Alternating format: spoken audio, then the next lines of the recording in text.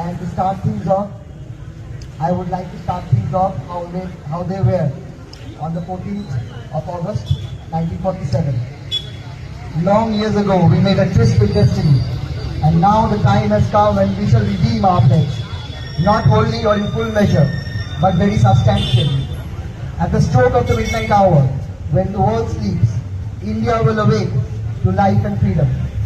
A moment comes, but rarely in history, when we step out from the old to the new, when an age ends, and when the soul of a nation, long suppressed, finds utterance.